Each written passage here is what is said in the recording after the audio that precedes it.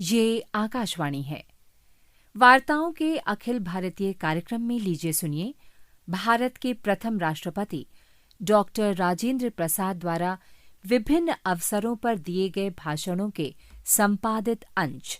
संस्कृति के संवाहक डॉक्टर राजेंद्र प्रसाद।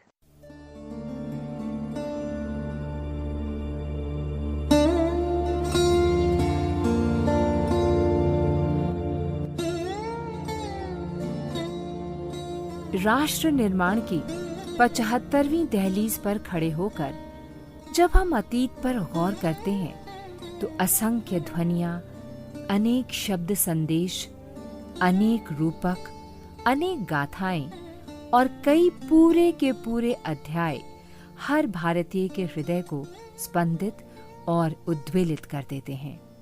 जिन महानायकों ने इस विशाल भारत को रचा और गढ़ा, उनके पास न कोई मजबूत छेनी हथौड़े थे, न बड़े हथियार और न कोई बड़े औजार।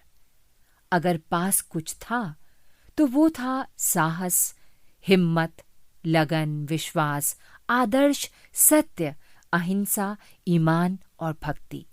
इतनी बड़ी विदेशी सेना से मुकाबला भी इन्हीं सबके सहारे हो पाया था। 15 अगस्त 1947 को हमारे वीरों की कुर्बानी रंग लाई और हमने ब्रिटिश हुकूमत से मुक्ति पाई। आजादी आंदोलन की अनेक धाराएं रहीं, जिसमें शांति और अहिंसा ने सबको मजबूती से बांधे रखा और हमारा सनातन मन जिंदा रहा। इस धारा के सेनानियों में डॉक्टर राजेंद्र प्रसाद का नाम प्रमुख रूप से लिया जाता है। डॉक्टर राजेंद्र प्रसाद की छवि सभी भारतीयों के लिए एक मिसाल बनी और आज भी वो छवि हर भारतीय के मस्तिष्क में जीवित है। 3 दिसंबर 1884 को बिहार के एक छोटे से गांव जीरादेई के किसान परिवार में जन्मे डॉक्टर राजेंद्र प्रसाद ने जीवन की हर कड़वी सच्चाई को नजदीक से देखा था। उनके पिता श्री महादेव सहाय संस्कृत एवं फारसी के विद्वान थे। उनकी माता श्रीमती कमलेश्वरी देवी बेहद सुसंस्कृत महिला थीं। उन्हीं के संस्कारों की छांव में डॉक्टर राजेंद्र प्रसाद जी का बचपन बीता। सादगी, सरलता, सत्यता और कर्तव्यपरायणता जैसे गुण इन्हें गोद में ही मिल चुके थे। ये गुण आगे चलकर बहुत फलित हुए।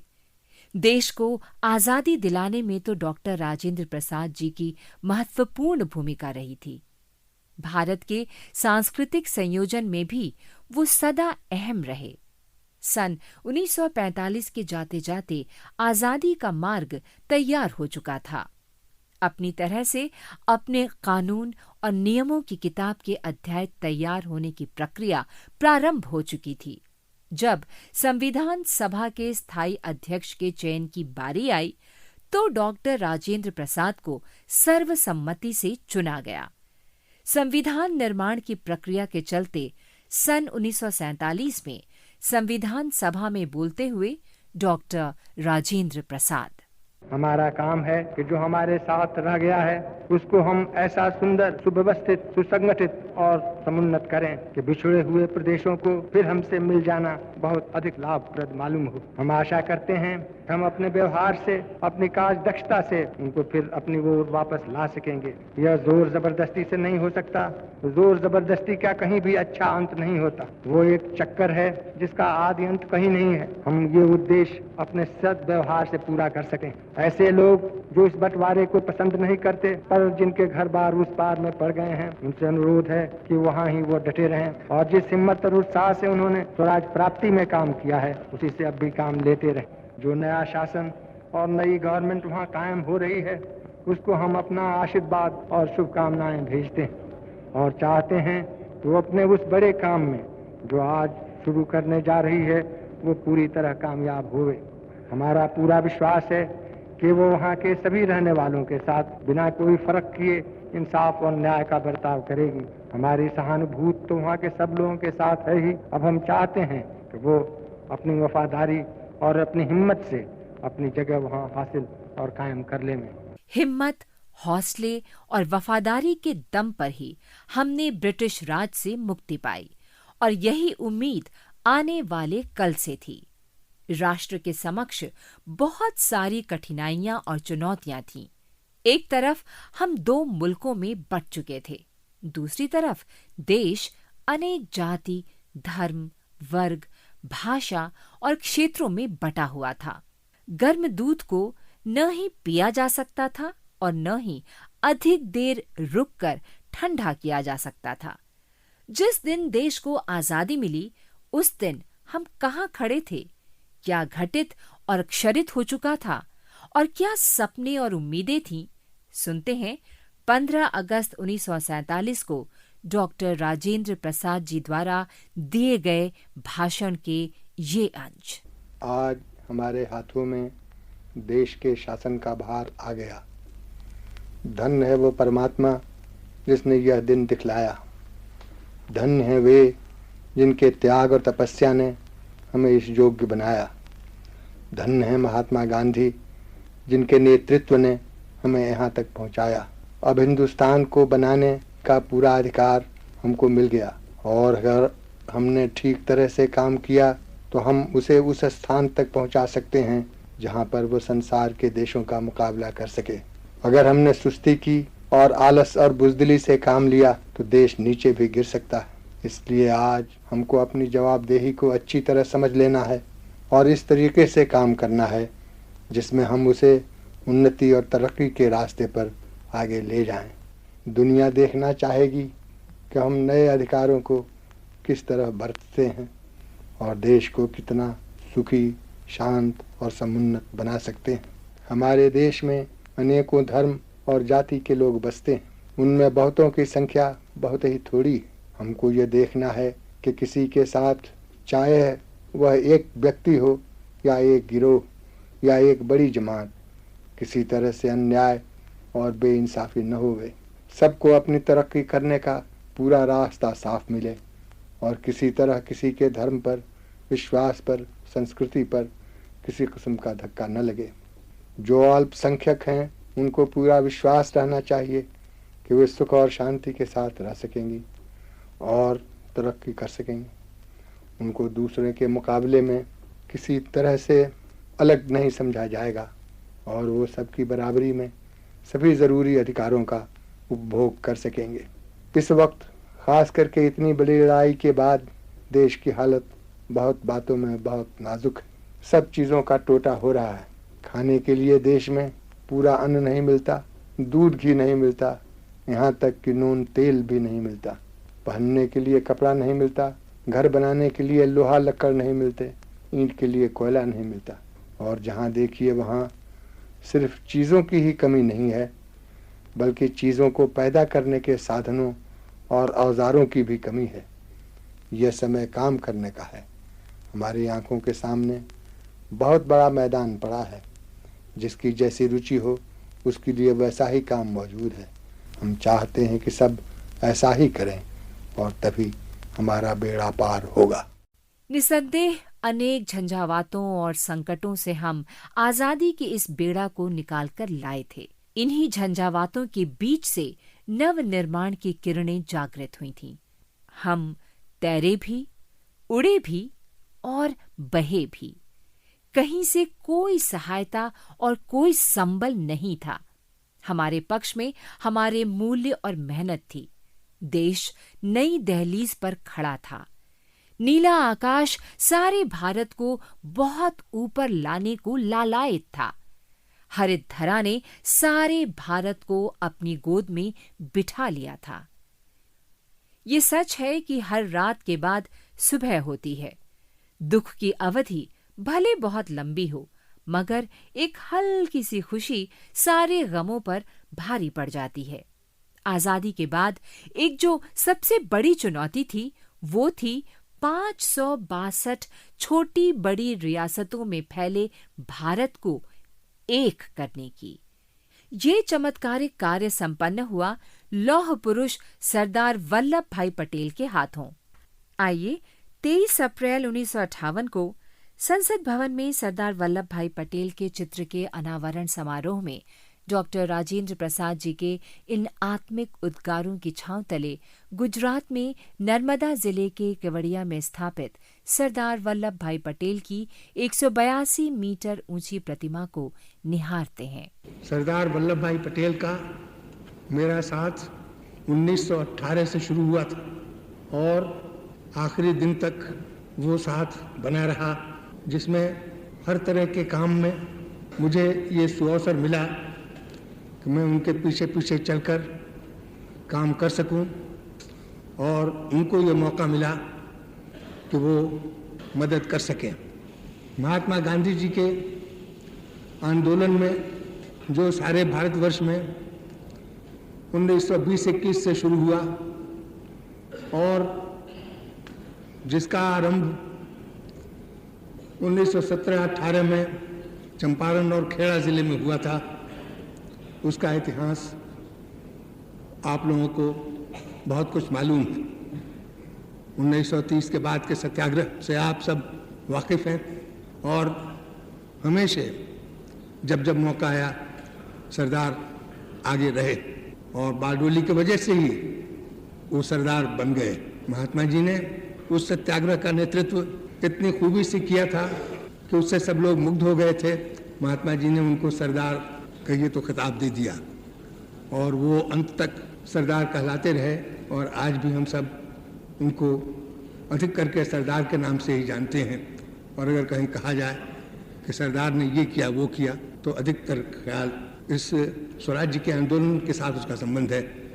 जब अपने संविधान को बनाने लगे, कोई गुत्थियां आईं तो उनको सुलझाने में उन्होंने बहुत काम किया।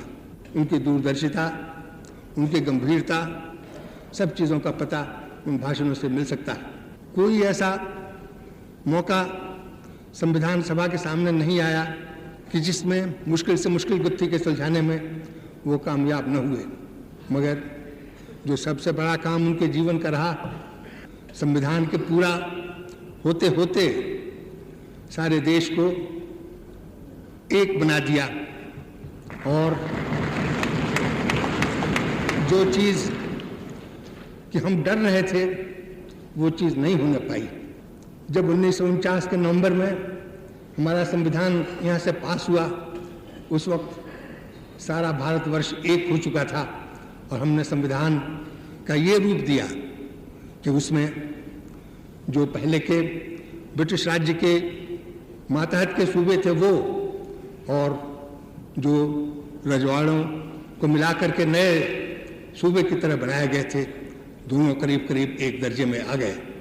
और केवल यही नहीं कि एक दर्जे में आ गए, बल्कि रजवाड़े एक दूसरे से मिलकर ऐसे एक हो गए कि अलग नाम निशान तक एक एक रजवाड़े का नहीं रह गया, जहाँ तक कि देश के शासन का ताल्लुक था। ये काम इतना बड़ा था कि अगर ये उस वक्त नहीं होता तो न मालूम आज हमारे देश के सामने कितने ऐसे मसले होते जिनका हल करना हमको बहुत ही कठिन होता। थोड़े दिनों के अंदर सिर्फ यही नहीं हुआ कि बड़े बड़े महाराजाओं को, नवाबों को और देश के शासकों को उन्होंने इस तरह से मिला लिया कि उन्होंने खुशी खुशी से अपने अधिकार भारत सरकार को सौंप दिए, बल्कि इस पर भी राजी हो गए कि उनके अपने राज्य के क्षेत्र दूसरे राज्य क्षेत्रों के साथ मिलाकर एक एक नया सूबा तैयार हो जाए। और जब संविधान तैयार हुआ तो उस वक्त हम ये कह सके और संविधान में लिख सके कि हिंदुस्तान में केवल वही हिस्सा शरीक नहीं है जो पहले अंग्रेज़ों के अंदर था, बल्कि वो हिस्से भी आ गए हैं जो रजवाड़ों के मातहत थे और वो भी ठीक उसी तरह से भारतवर्ष के अब हिस्सा हो गए हैं जिस तरह से कि वो थे शासन के लिहाज से।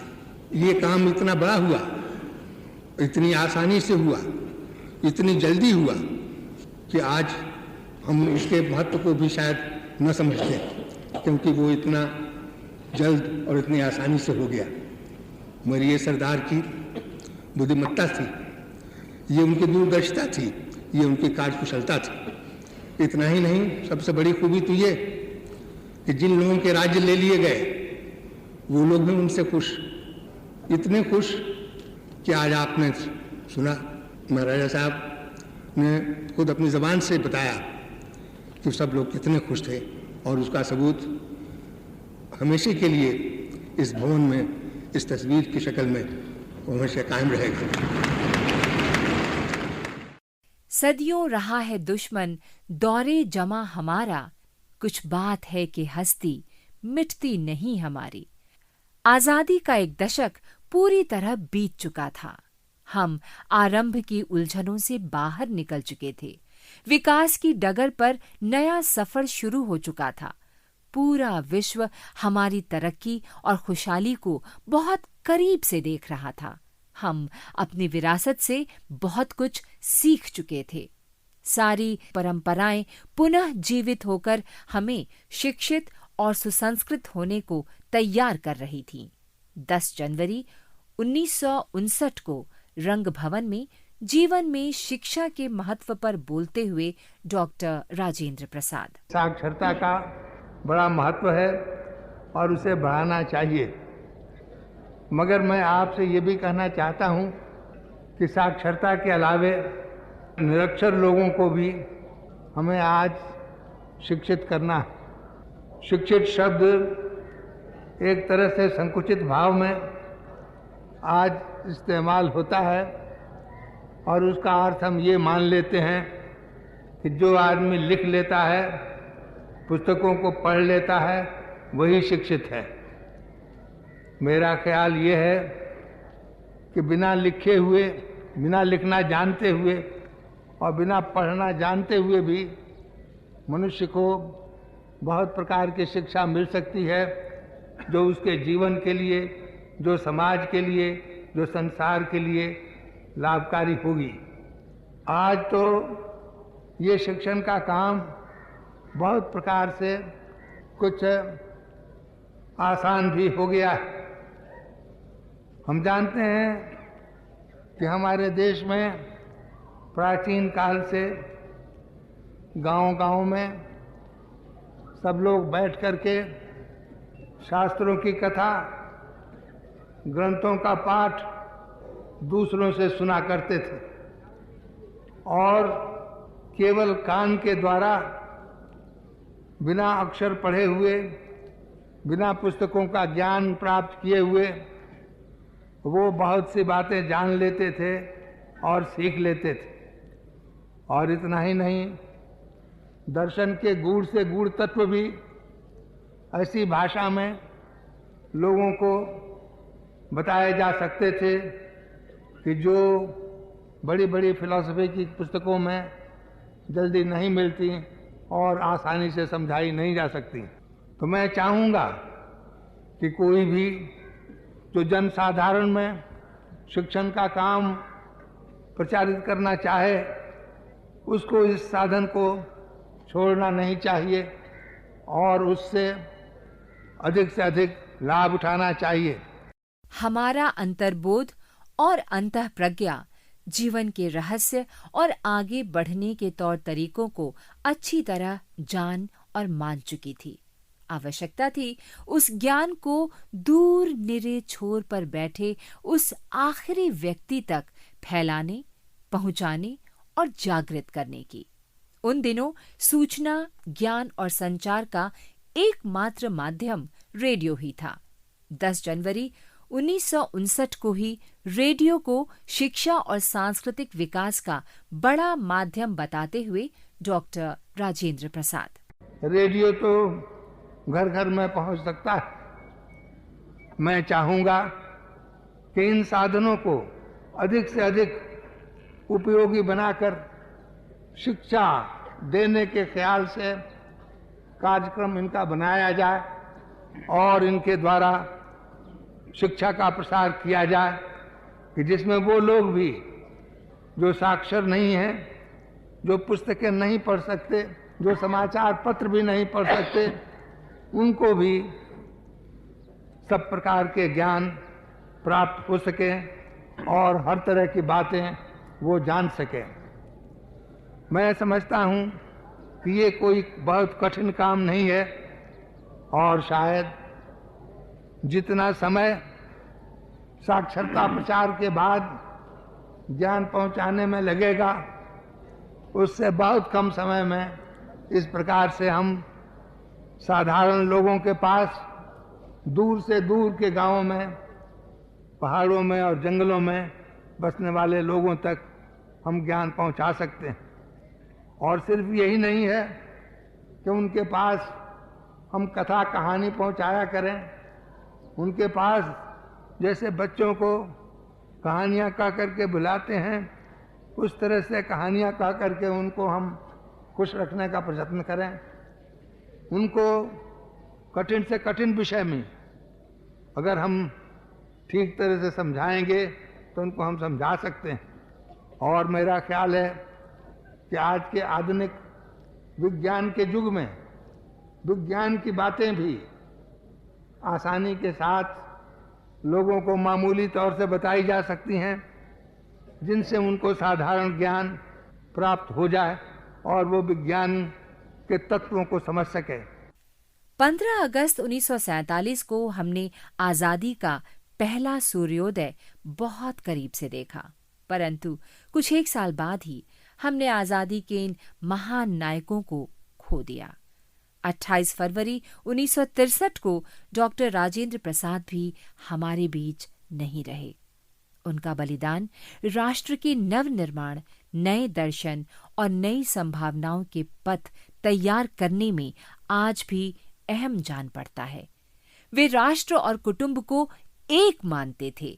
वो कुटुंब चाहे दुनिया में फैला हो या राष्ट्र में, क्रांति के अनेक रास्ते हो सकते हैं, पर शांति का रास्ता सदा एक ही होता है, जिसे हर युद्ध के आगे खड़ा किया जा सकता है। शांति के इसी पथ से नए संकल्प तैयार होते हैं, नई परिकल्पनाएं और उपमाएं गढ़ी जाती हैं, और शांति के इसी हिमालय से पावन अमृत भी बहता है। 75 वर्ष के पूरे शरद, ग्रीष्म, बरखा और बसंत को अपनी संकल्पना में बांधते डॉक्टर राजेंद्र प्रसाद। भारत जैसे महान देश में आयोजन के मार्ग में अनेकों कठिनाइयां आती हैं, फिर भी हम बराबर आगे बढ़ रहे हैं। और जब तक हमारे गणतंत्र के प्रत्येक नागरिक का जीवन स्तर उन्नत नहीं हो जाता और उसे सामाजिक सुरक्षा उपलब्ध नहीं हो जाती, हमारा संकल्प है कि हम बराबर आगे बढ़ते रहेंगे। हमारा ध्यान उन कठिनाइयों की ओर भी जाता है जिनसे हमें जूझना है, और वे त्रुटियां भी हमारे सामने आती हैं जिन्हें हमें दूर करना है। इसलिए जब कभी हम इस विषय पर गंभीरता पूर्वक विचार करते हैं तो चित्र के दोनों पहलू हमारे सामने आते हैं। स्वाधीनता के बाद से हमने जिस तरह अपना कामकाज चलाया है, उसकी लोगों ने सराहना की है। इस भावना के कई कारण हो सकते हैं। हमारी प्राचीन संस्कृति और देश की आर्थिक तथा उद्योग संबंधी समस्याओं को सुलझाने के हमारे सफल प्रयत्न भी उनमें हो सकते हैं, किंतु इसमें मुझे जरा भी संदेह नहीं कि विदेशों में भारत के प्रति सद्भावना का सबसे बड़ा कारण हमारी परराष्ट्र नीति है। बहुतेरे राष्ट्र हमारे देश को शांति का स्तंभ मानते हैं। वे समझते हैं कि भारत ऐसा राष्ट्र है जो सब देशों की प्रगति और स्वाधीनता चाहता है, जो विभिन्न प्रशासनों और विचारधाराओं को मान्यता देता है, और इसके साथ ही जिसका ये विश्वास भी है कि यदि पारस्परिक सद्भावना और सहिष्णुता से काम लिया जाए तो ये सब विभिन्न विचारधाराएं साथ साथ जीवित रह सकती। राष्ट्र और कुटुंब में अधिक अंतर नहीं। उज्जवल भविष्य और अधिक सुखी जीवन के लिए दोनों ही को बलिदान करने पड़ते हैं और कुछ कष्ट सहने होते हैं। हो सकता है जीवन थोड़ा बहुत अस्त व्यस्त हो जाए और लोगों को कुछ सुविधाओं से वंचित रहना पड़े, किंतु इन सब कष्टों को हंसी खुशी झेलने में उन्हें राष्ट्र के अंतिम ध्येय की प्राप्ति के विचार से सहायता मिलती है। इसलिए राष्ट्र के दीर्घकालीन हित में और भविष्य को सुंदर तथा उज्जवल बनाने की दृष्टि से इन कठिनाइयों का हिम्मत से मुकाबला किया जाएगा। बलिदान की भावना और अपने ही प्रयत्नों से भविष्य में अधिक प्राप्त करने के लिए वर्तमान में इच्छा से त्याग करना, ये गुण बहुत महत्वपूर्ण है। यह समझना गलत होगा कि संयम तथा त्याग की आवश्यकता हमें अतीत में ही थी और स्वाधीन राष्ट्र को उन्नत करने के लिए बलिदान की भावना की जरूरत नहीं।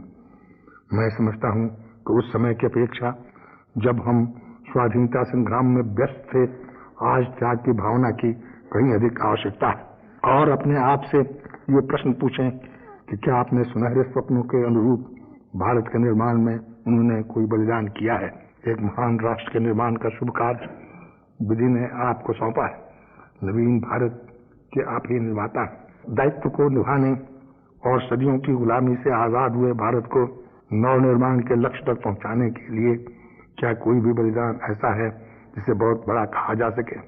जब व्यक्ति अहंकार और द्वेष से लड़ता है तो उसका व्यक्तित्व निखर आता है, और जब इसका प्रयोग दूसरों पर करता है तो युद्ध और विनाश की स्थिति उत्पन्न होती है। अंतः साधना से बाहरी जगत को बदला जा सकता है। क्रांति से कभी किसी पर विजय नहीं पाई जा सकती। शांति के सूत्र इसके लिए हरदम फलदायी सिद्ध हुए हैं। मूल में सर्वधर्म एक रूप है और सबका एक ही ध्येय और मकसद है। वो है मानव की आत्मा का पूर्ण विकास, जिससे वो सच्ची शांति अथवा निर्वाण प्राप्त कर सके। मनुष्य की यह महत्वाकांक्षा इतनी प्रबल और सारगर्भित है कि दैनिक जीवन में इससे बढ़कर हमारा पथ प्रदर्शन और कोई भावना नहीं कर सकती। सच्चे धर्म के धरातल पर पहुंचते ही आपसी मतभेद, सभी प्रकार के कलह और वैमनस्य सहसा लुप्त हो जाते हैं और मानव ऐसी व्यापकता के दर्शन करता है कि उसे सब एक समान दिखाई देने लगते हैं। इस भावना का ही दूसरा नाम जीवन का आध्यात्मिक पक्ष है। यह स्पष्ट है कि इस आध्यात्मिक पक्ष का मानव के विकास और उसकी सच्ची सुख शांति से घनिष्ठ संबंध है। अध्यात्मवाद का अर्थ यह नहीं कि मनुष्य भौतिक संपन्नता और शारीरिक सुख से एकदम मुंह मोड़ ले। धर्म का सूक्ष्म रूप मानव की अनुभूतियों और उन्हीं से उत्पन्न होने वाले विचार है और इसका स्थूल रूप मानव का कर्म और दैनिक जीवन में व्यवहार है। यह उचित है कि विश्व धर्म सम्मेलन भारत में हो, जहाँ संसार के प्राय सभी प्रचलित धर्म और संप्रदायों के लोग विद्वान हैं और पारस्परिक सद्भावना के साथ शांतिपूर्वक रह रहे हैं। यदि आपस की सद्भावना और सहिष्णुता का अभाव होता तो यहाँ जीवन ही दूभर हो गया होता और जीना कठिन हो जाता। इसका श्रेय हमारे पूर्वजों, हमारे ऋषि मुनियों, संतों और फकीरों तथा धर्म प्रवर्तकों को है, जिन्होंने आज काल से ही सब धर्मों के प्रति श्रद्धा, सहिष्णुता, आदर और समदृष्टि रखने के आदर्श को चलाया। युद्ध से तबाही की और शांति से विकास की इबारत लिखी जाती है। अगर हम अंग्रेजों से खूनी संघर्ष करते रहते तो अभी तक भी आजादी नहीं मिल पाती। हम हरदम शांति और अहिंसा के पक्षधर रहे हैं। इसीलिए असंख्य संस्कृतियां, धर्म और जातियां यहाँ पलती और बढ़ती रही हैं और हमें डॉक्टर राजेंद्र प्रसाद जैसे महान व्यक्तित्व देती रही।